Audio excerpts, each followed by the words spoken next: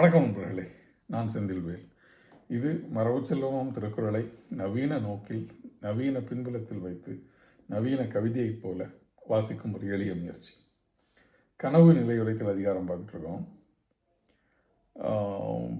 இன்னைக்கு நாங்கள் பார்க்க போகிற குறள், நனவு என ஒன்று இல்லையாயின், நனவு என ஒன்று இல்லையாயின் கனவினால் காதலர் நீங்களர்மன். நனவு என ஒன்று இல்லையாயின் கனவினால் காதலர் நீங்களர்மன்.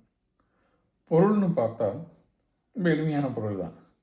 எதுக்கு போன குறள்பால நனவில் நான் சந்தித்த நிமிடங்கள் மட்டும் எனக்கு என்ன பெரிய இன்பத்தையா தனது, அதுவும் ரொம்ப ஃப்ளீட்டிங்காக சின்னதாக தானே இருந்தது அப்படின்னு சொன்ன காதலி இந்த இடத்துல என்ன சொல்கிறா, எதுக்கு இந்த நனவெல்லாம், இந்த நனவே இல்லாமல் ஒரு கனவு மட்டுமே இருந்தால், கனவு மட்டுமே வாழ்க்கையாக இருந்தால் அது எவ்வளவு சுகமாக இருக்கும் அப்படின்னு. ஒரு ஸ்வீட்டான கற்பனை இல்லை. கனவு மட்டுமே வாழ்க்கையாக இருந்தால், நனவுன்னு ஒன்று தேவையே இல்லாத இருந்தால் அது காதலிக்கு மட்டுமா, எல்லாருமே அதில் ஒரு ஸ்லைஸ் எடுத்துக்க வேணும் இல்லையா? இந்த கவிதையை படிக்கும்போது ஒரு கவிதை இன்னொரு கவிதையை நினைவுபடுத்தினா அது எப்போவுமே இன்னும் ரொம்ப அழகாக இருக்கும். இந்த கவிதையை படித்த உடனே உள்ளுக்குள்ள நினைவில் இருந்து ஊறிய ஒரு கவிதை ஒரு ஆங்கில கவிதை.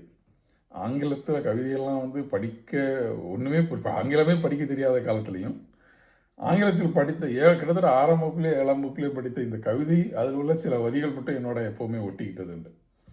இது ஓ டு த கிறிஸ்டியன் அப்படின்னு சொல்லி ஜான் கீட்ஸோட கவிதை. 1980களில் அவர் எழுதுகிற கவிதை ஒன்று. ரொம்ப அழகான கவிதை. அதில் எனக்கு ஆங்கிலத்தில் வரிகள் மிக ஞாபகம் இல்லை, ஆனால் ஒரு வரி மட்டும் நான் அடிக்கடி சொல்லிக்கிட்டே இருப்பேன். Heard melodies are sweet but unheard melodies are sweeter அப்படின்னு. அது நாம் கேட்ட பாடல்கள் இனிமையானவை, ஆனால் கேட்காத பாடல்கள் இன்னும் அதைவிட சுவையானவை. அதே மாதிரி அதில் இன்னும் 2 வரி வரும். அதாவது அந்த கவிதை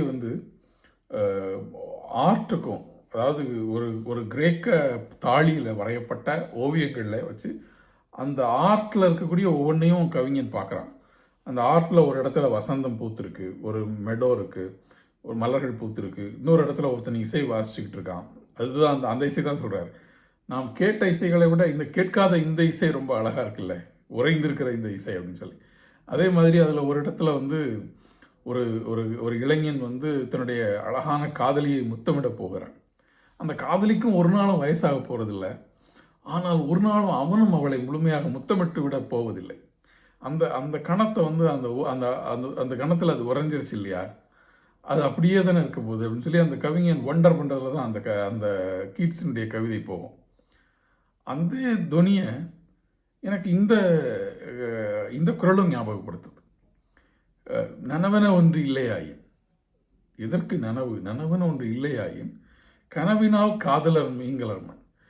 என்னை கனவில் காண வந்த காதலர் நீங்காமல் என்னோடு இருக்கக்கூடிய உங்கள் கனவாக மட்டுமே என் வாழ்க்கை நீடிக்கும் என்றால், அவன் எப்படி கலையில் உறைந்ததாக இந்த வாழ்க்கை இருக்கும் என்றால் அது எப்படி இருக்கும் அப்படின்னு கற்பனை பண்ணுறானோ, அதுபோல் கனவில் மட்டும் என் வாழ்க்கை உறைந்து விட்டது என்றால் அது எப்படி இருக்கும் அப்படின்னு சொல்லி வள்ளுவனுடைய காதலி கற்பனை பண்ணக்கூடிய குரல் ரொம்ப அழகான குரல்னு தோணுச்சு. நனவு எதுக்கு தேவையில்லாமல் நடுவில் வந்துக்கிட்டு முழு வாழ்க்கையும் வெறும் கனவாக மட்டும், கனவு என்ன வேணா இருக்கலாம் இல்லையா, நம்முடைய உள்மனம் விரும்பக்கூடிய எல்லாத்தையும் நம்ம நடிச்சுக்கலாம் இல்லையா, கனவாக மட்டுமே ஏன் வாழ்க்கை இருக்கக்கூடாதுன்னு. அழகான குரல். நனவென ஒன்று இல்லையாயின் கனவினால் காதலர் நீங்களர். சிந்திக்கலாம் நண்பர்களே, மீண்டும் நாளை சிந்திக்கலாம். நன்றி.